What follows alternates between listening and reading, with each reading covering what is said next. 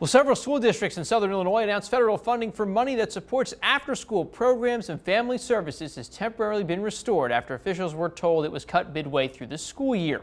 News 3's Waylon Wallace-Parker talked with one district about what the temporary relief means for them.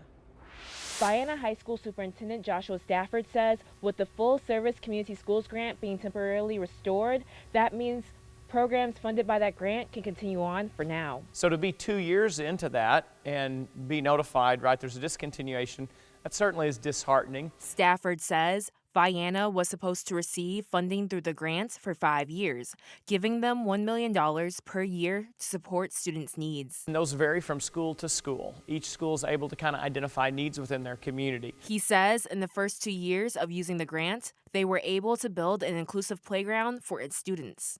The joy of watching kids run to that playground and wheel their wheelchairs to that playground and everybody be able to play together, it was great. He says districts were granted temporary extensions until February 5th, while the grant distributor continues negotiations with the U.S. Department of Education. And so we're again hopeful, very hopeful, that we'll continue to get extensions or maybe just get the funding fully restored. More than a dozen school districts in Southern Illinois are impacted, with over 30 statewide.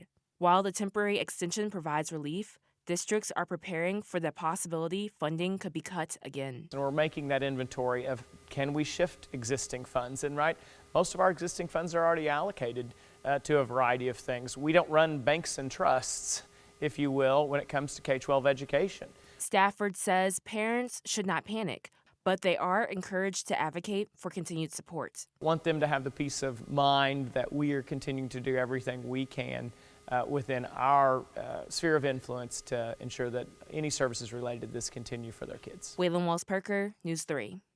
Other districts seeing these impacts include DuQuoin. There, the district a little bit different, but they're saying their superintendent sent home a letter to families informing them students could resume after-school programming. School administrators say they're exploring alternative ways to prioritize K-8 after-school programming if the funding isn't extended.